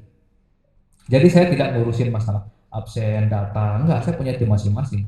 Tapi penyelesaian masalah itu yang menjadi beban. Nah, terus tiba-tiba ada lagi satu nih, bule bermasalah, start. Jadi bos bilang, saya mau pecat itu, tapi jangan sampai ada masalah. Nah, harus ngapain kita? Pokoknya saya tidak mau tahu, apapun caramu, selesaikan, yang penting gak ada masalah. Saya mau dia dipecat hari ini. Terus kita bagaimana? Nah, disitulah kemampuan berpikir kita, analisis kita, pemecahan masalah kita itu, dan pengalaman pun berbicara. Akhirnya saya datangin, saya dudukin baik-baik. Karena apa? Never say fired, even lisan. Karena itu secara aturan undang-undang itu sudah dipecat. ya, pemecatan secara lisan. Makanya saya sangat koreksi terhadap perkataan bos yang bilang jangan pernah sampai ada kata fire, pecat. Itu Anda akan membayar everything regarding the contract. Semuanya akan kita bayar karena dipecat. Akhirnya bos nyerahin ke saya datengin, duduk baik-baik, saya jelaskan kurang lebihnya ini ibaratnya umbak beh para anak kode timang wah timang bule kan. Akhirnya mau dia resign, kita bayar sisa gaji terakhir. Nah, jadi sangat penting bahwa studi kasus itu, makanya saya jujur Bu, ketika saya belajar menyelesaikan suatu permasalahan dari saya masuk MM di MM Magister Manajemen 10 tahun yang lalu, karena kan kebanyakan studi kasus sudah dikasih, itu sangat bermanfaat. Pondasi berpikir saya itu dari pembelajaran ketika saya di MM. Kalau di S1 lebih banyak teoritis mungkin karena memang porsi pembelajarannya saya itu memang seperti itu. Tapi ketika saya di S2 itu, wah lebih banyak studi kasus, dan itu saya sangat suka. Itu akan membuat level leadership-nya nanti adik-adik kita ini bisa bertambah. Nah, kurang lebih seperti itu. Mengenai proses pendidikan, Ibu ya, saya di luar dari jangkauan saya, tapi kalau memang bisa, ya seharusnya seperti itu. Karena anak saya 5 tahun Bu, saya nggak pernah lesin dia, cuma cukup masuk TK. Saya lebih banyak ngajarin dia di alam Bu. Misalnya ya tentang air apa, misalnya dia main sama semut, digigit semut, nah tahu kan sakit gigit, ya udah kamu jangan mainin gitu. Jadi anak saya belum saat ini belum saya leskan, tapi saya lebih banyak ngajak dia ke alam. Itu versi saya. Jadi ya apa ya, wawasannya dia dulu, ya anak saya baru 5 tahun. Nah, jadi mungkin perlu ada regulasi, tapi kewenangan kami ya tidak sejauh itu. Cuman kalau misalnya kita melihat dari proses ini, tentu ada hal yang harus dirubah dari dasar pendidikan, misalnya dari SD, SMP, SMA atau seperti apa. Cuman concern saya saat ini adalah bagaimana adik-adik mahasiswa yang levelnya sudah mau wisuda ini mampu menghadapi tantangan di dunia kerja. Nah, saya pertanyaan Pak Safi ini menarik. Pernah gagal? Aduh, kalau di masalah gagal Pak, saya pernah melamar di sebuah bank swasta Pak. Ini anak S1 Manajemen Keuangan. Kebetulan saya S1 Manajemen Keuangan. Bawa berkas lamaran kerja nih 2011 di salah satu bank swasta. Saya taruh berkas lamaran saya dengan harapan mau diinterview. Ternyata bosnya sibuk. Nanti kita jadwalkan ulang ya. Oh ya Pak. Kan pakai kaca tuh di bank itu. Jadi begitu saya keluar, berkas lamaran saya diambil dibuang ke tong sampah Pak. S1 Manajemen Keuangan berakhir di tong sampah berkas lamarannya. Dari sana saya berjanji kepada diri saya tidak mau melamar kerja. Gitu. Akhirnya saya mengupgrade diri saya. Ya alhamdulillah ketika saya selesai S2 saya tidak melamar kerja. Tiba-tiba datang saya punya paman dari Bali, lihat nilai S2 saya, saya diambil. Langsung diposisikan, mohon maaf saya belum pernah kerja jadi staff. Langsung di level asisten manajer. Karena berkat MM-nya juga. Itu sangat penting juga. Ya, jadi dengan MM itu saya langsung masuk MT, manajemen training di level asisten manajer. Bukan, saya dites Pak, saya dites juga. Ditesnya kasus. Enggak, itu hanya rekomendasi Pak. Jadi yang interview saya langsung CEO-nya namanya Pak John Sastrawan saat itu. Jadi Pak John Sastrawan ini, jadi Pak Mansur ini hanya merekomendasikan, saya punya keponakan ini, saya diinterview. Ya, tapi ya tesnya itu saya berdua dengan presiden direktur ya. Jadi beliau yang memutuskan untuk sebagai manajemen trainee saat itu. Nah, kalau misalnya dibilang gagal, waduh, tes PNS pernah Pak, gagal. Pernah tes Bank NTB gagal.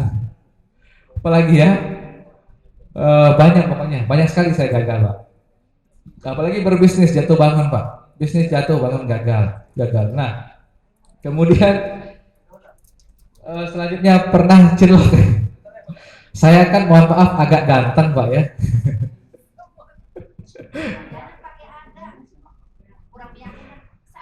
Oh iya, saya sangat ganteng Pak ya. Jadi kalau masalah cilok itu pasti Pak. Ya, tetapi Kalau boleh jujur Pak, istri saya itu staff saya Pak. tapi kita profesional. Jadi istri saya itu front office di Golden Palace, saya HR manager. Ya jam kerja, begitu pulang ya pulangnya barengan gitu. Jadi banyak Pak.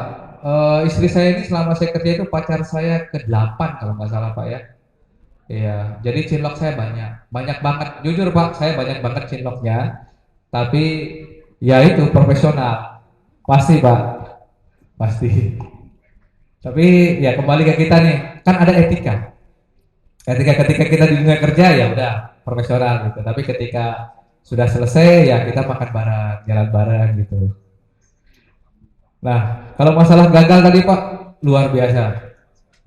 Jadi saya tahun ini sebenarnya gagal juga Pak. Saya kehilangan rumah, kehilangan mobil ya. Saya baru memulai lagi, saya baru dapat beli rumah lagi, baru dapat beli sesuatu lagi. Jadi kalau masalah gagal, bagaimana cara mengelolanya? Yang jelas putus asa iya, pasti putus asa iya. Yang kedua drop down frustasi ya. Tapi saya mengembalikan lagi ke diri saya. Ketika saya terjatuh, nggak ada satupun yang bantu saya Pak, nggak ada. Hanya saya percaya kepada kemampuan saya. Jadi pernah saya ketika selesai bekerja kemarin, sebelum saya masuk di Invest Island, itu sempat jatuh dan mulai bangkit lagi. Ya saya percaya dengan kemampuan saya.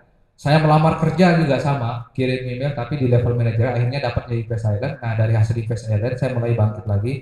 Tapi di situ saya memulai dengan suatu keputusasaan karena saya lost everything, money, home, transportation loss ya, karena saya tidak bisa berbicara secara spesifik. Cuman saya tahun 2022 saya mendapati musibah yang membuat saya kehilangan segalanya, sehingga saya harus ngontrak dulu sama istri saya setahun, mengontrak dari rumah. Nah sekarang baru beli lagi. Saya memulainya itu dengan memotivasi dirinya itu dengan oke, Tuhan ngasih cobaan nggak mungkin lebih dari kemampuan umatnya. Saya paksa terus Pak. Saya pilih cobaan pertama yaitu istri saya minta cerai. Anak saya dibawa pergi karena saya tidak punya rumah. Tahun lalu. Bukan. Gara-gara something bisnis yang buat saya drop ya. It's not about the woman Pak ya. It's about a business. Nah jadi saya bangkit lagi Pak. Dari situ saya percaya dengan kemampuan saya sebagai manajer HRD, dapat pekerjaan lagi, kemudian apa ya? Mungkin Pak Yasir tahu, saya orang bekerja itu datang paling cepat, pulang paling akhir Pak, karena saya tidak mau kesalahan saya yang lalu terulang lagi dan saya mau cepat naik level, gajinya naik gitu. Akhirnya saya kerjakan itu. Jadi Pak Yasir ini tahu, saya datang jam berapa, pulangnya jam berapa. Beliau tahu, karena satu-satunya cara untuk melupakan masalah saya yang sebelumnya adalah dengan cara saya harus bekerja sefokus mungkin. Fokus Pak, fokus. Nah, 1 tahun itu intinya ya saya bisa alhamdulillah sudah punya rumah, sudah punya kendaraan. Hanya dalam waktu 1 tahun menggantikan yang loss yang kemarin Pak. Gitu. Jadi saya pernah gagal dengan bisnis yang memang ya saya tidak akan ulangi lagi lah, intinya yang membuat saya kehilangan everything, hampir kehilangan keluarga saya. Ya, yeah, something like that. Yes. Nah kemudian apa yang terakhir, kompetensi apa nih yang untuk sebagai multinasional Bu ya? Kurang lebih dari 30 yang saya bahas tadi. Karena walaupun kita kerja di bule, tetap yang akan itu yang di SDM terutama, itulah yang akan dikerjakan Bu. Cuman bedanya adalah pressure-nya yang beda. Pressure-nya itu lebih tinggi. Jadi kadang bos itu tidak mau tahu, dia hanya kerjakan ini.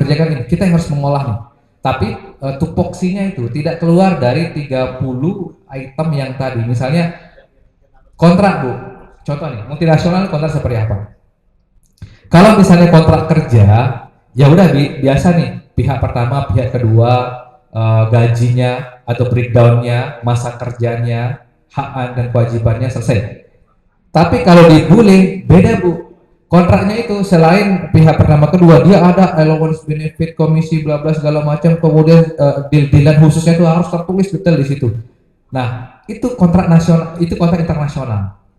Nah jadi tetap generalnya atau basicnya adalah kontrak, cuman yang beda bobot dalam kontrak itu. Kalau kontrak lokal mengacu kepada undang-undang ketenagakerjaan atau undang-undang cipta kerja. Tapi kalau kontrak yang skala multinasional, karena memang kontraknya tidak dibuat di Indonesia, dibuatnya di Hong Kong, maka itu sangat berbeda. Tapi pada intinya isinya sama. Yang dilebihkan mengenai benefitnya. Ada yang begini Bu, di kontraknya tertulis, jika perusahaan memberhentikan saya harus 7 hari sebelumnya. Jika tidak, maka perusahaan harus membayar 7 hari gaji saya. Ada Bu. Jadi bos saya memecat satu orang Amerika. Jadi tidak matching. Bos nggak mau kerja lebih dari 7 hari. Akhirnya ingat saya, hari Senin lalu 3 minggu lalu dia dipecat. Sebenarnya kalau mau pecat dia harus memberitahu 7 hari. Tapi karena bos nggak mau yang dipecat, akhirnya gajinya 7 hari dibayarin. Yang 7 hari itu totalnya 42 juta yang harus perusahaan bayar. Yang 7 harinya. Jadi detail kontraknya itu sama, tapi ada benefit. Nah itulah kontrak nasional, internasional ya. Jadi dan everything must speak English. Nah mengenai kompetensi tadi Bu, apa syarat utamanya? Bahasa Inggris, tidak ada lain. Ya, bahasa Inggris, the most important. Ya, is speaking English. Ya, tidak bisa ditawar. Gitu. Mau yang lebih spesifik, dan hari ini kami buka posisi yang bisa bahasa Rusia. Nah, Russian English, Indonesia, hari ini saya kasih kontrak. Gitu. Jadi ada kompetensi tinggi yang dibutuhkan, tapi agak sulit. Nah, cuman kalau dibilang dasarnya adalah speaking English, wajib, ya, wajib hukumnya seperti itu. Nah, demikian Bapak jawaban dari saya kurang lebih. Terima kasih. Assalamualaikum warahmatullahi wabarakatuh. Mungkin sedikit Pak Januari tadi terkait dengan Bu Lili tadi bertanya gitu ya. Kan tadi Mas Januari mengatakan baru dilihat, nggak sempat dilihat aja itu apa namanya lamaran dibuang, gitu kan? Nah kira-kira ada tips nggak atau ini yang terkait dengan bagaimana teknik sivil, teknik adik-adik untuk bisa menembus awal mula dunia kerja tadi gitu? Ada Pak. Itu ada di Canva. Bapak Ibu pernah pakai Canva nggak? Ya, itu dah. Pakai Canva, menarik itu. Canva. Jadi jangan pakai kertas HPS dari lamaran, itu sudah ketinggalan banget. Ya, terus pakai map coklat, aduh, ketinggalan zaman banget sudah. Ya, jadi Canva send by email. Ya, itu yang anak milenial sekarang. Canva aja Bu. Misalnya mau ngasih pelatihan tentang cara membuat CV, udah suruh otak-atik di Canva semuanya, terserah hati mereka mau ngedesainnya, mau yang berbunga-bunga, mau yang profesional, mau yang formal, bisa Canva, itulah suruh otak-atik di situ cara bikin CV dan send by email. Jadi CV yang bagus itu bukan CV yang banyak lampirannya, ya CV yang bagus hanya 1 lembar tapi mencerminkan karakter, kepribadian, dan experience-nya dia di situ. Gitu. Jadi salah satu contoh nih toolsnya itu Canva, pakai Canva aja. Terus satu lagi mungkin Mas Januar terkait dengan kompetensi tadi, apakah perlu sertifikasi kompetensi, pendamping ijazah atau seperti apa, Mas? Untuk kompetensi itu biasanya dapat pada saat bekerja nanti. Kami yang akan mengusulkan. Kalau misalnya dari lulusan Pak, dari adik-adik kita ini penting tapi it's not too important ya, karena nanti mereka kompetensinya akan diberikan di perusahaan. Misalnya nih di hotel, contoh dia sebagai front office, mungkin Pak Urban lebih tahu di pariwisata, nggak apa-apa mereka belum kompetensi, tapi ketika masuk di sini, nah kita masukkan ke LSP untuk uji kompetensi kelayakan mereka ketika status bekerja. Itu penting, tapi it's another choice ya. Jadi yang paling utama adalah skill kompetensi yang pada saat menghadapi interview HR itu intinya. Seperti itu. Oke, terima kasih Mas Januar. Mungkin Pak Yasa sedikit lagi sampai kita tutup. Silakan Pak Yasa. Sedikit sedikit tambahan aja terkait dengan pertanyaan Ibu siapa tadi, mohon maaf saya lupa, MBKM yang yang MBKM ya, yang ujungnya tujuannya adalah critical thinking. Mungkin satu hal yang saya tambahkan, contoh kasus saja, bahwa critical thinking itu perlu ketika kita menghadapi sebuah masalah.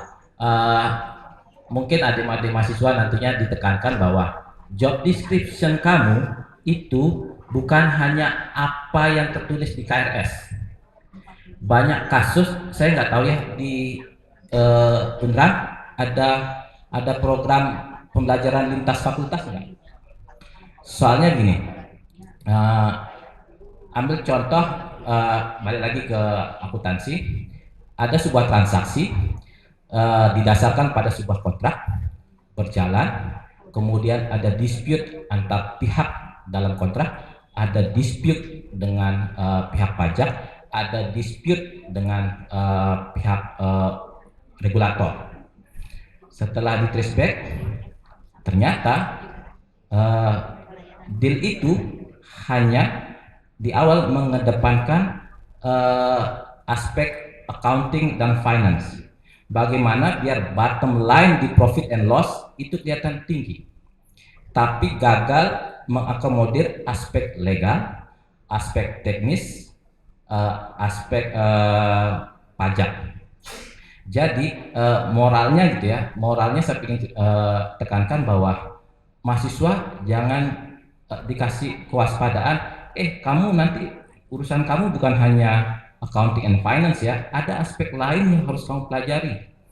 Karena aspek-aspek lain seperti masalah pajak itu ada di kampus sebelah, masalah teknis umpamanya kalau saya sering ngurusin konstruksi itu ada di kampus sebelah, kemudian masalah legal kontrak juga ada di kampus sebelah.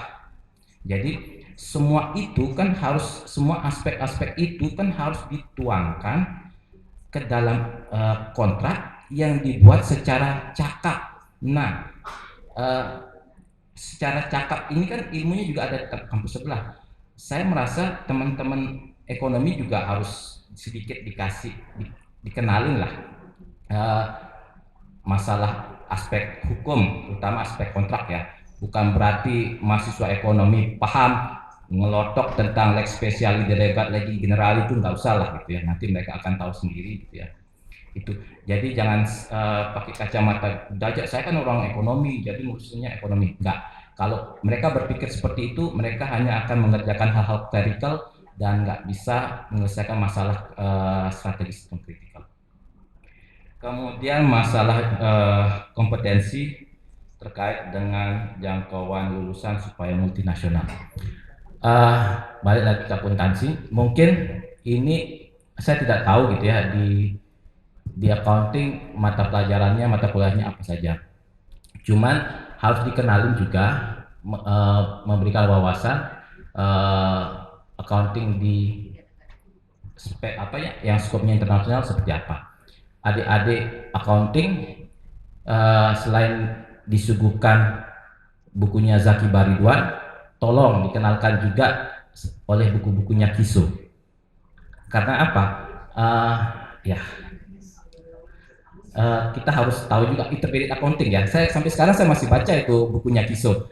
Kalau terakhir saya baca itu edisi kelima kalau nggak salah. Karena apa? Ya itu karena kita melakukan transaksi dengan orang yang dengan organisasi yang enggak pakai PSAK. Kemudian aspek-aspek pajak mungkin ya di kantor saya juga ngurusin masalah tax treaty, kemudian transfer pricing seperti itu. Jadi dikenalkan saja biar nanti ketika mahasiswa beruntung bekerja di perusahaan multinasional, dia enggak terheran-heran ini makhluk apa ini gitu ya. Enggak pernah tahu saya di kampus seperti apa. Mungkin itu tambahan dari saya. Makasih. Baik, terima kasih Pak Yasa. Sebelum kita mengakhiri sesi ini, alhamdulillah sekarang itu kita sudah ada namanya OBE, Outcome Based Education, Pak Yasa dan Pak Januari. Jadi mungkin hal-hal yang tadi sudah disampaikan, mungkin nanti akan bisa diserap, akan bisa dirubah dalam kurikulum kita, terutama terkait dengan problem solving tadi gitu ya untuk mahasiswa-mahasiswa kita di S1 maupun S2. Baik, Bapak-bapak, Ibu-ibu, mungkin itulah akhir daripada sesi kita sharing session pada sore hari ini. Terima kasih banyak kepada Pak Januari Lesmana dan juga kepada Pak Yasa. Mungkin kita berikan aplaus dulu untuk beliau berdua. Terima kasih banyak. Assalamualaikum warahmatullahi wabarakatuh. Oh, silakan Pak. Sedikit Bapak Ibu, jadi jika membutuhkan kolaborasi dengan kami dalam peningkatan kompetensi terutama untuk bahan ajar sharing discussion, saya terbuka karena saya ini kampus biru sejati. Iya, S1 S2-nya. Jadi merasa terpanggil saya untuk how to develop our SDM ya supaya mungkin bisa lebih terserap di dunia kerja. Dan even kalau misalnya yang udah magang di tempat saya menggunakan nama saya, referensi saya itu no problem, adik-adik mahasiswa, karena ya kita nggak bisa munafik, orang dalam itu penting gitu. Sekarang misalnya lulusan ini magang di saya suruh nggak pakai referensi nama saya, agak sulit. Tapi ketika HRD-nya Pak Leri, Pak Januari, itu teman baik saya. Ketika dia telepon, halo bro, ini kan bagus anak itu, ambil aja, coba dulu 3 bulan probation, bagus kok. Itu juga bagian dari the power of orang dalam. Terima kasih.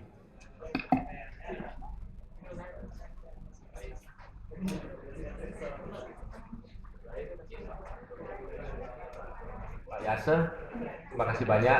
Assalamualaikum warahmatullahi wabarakatuh.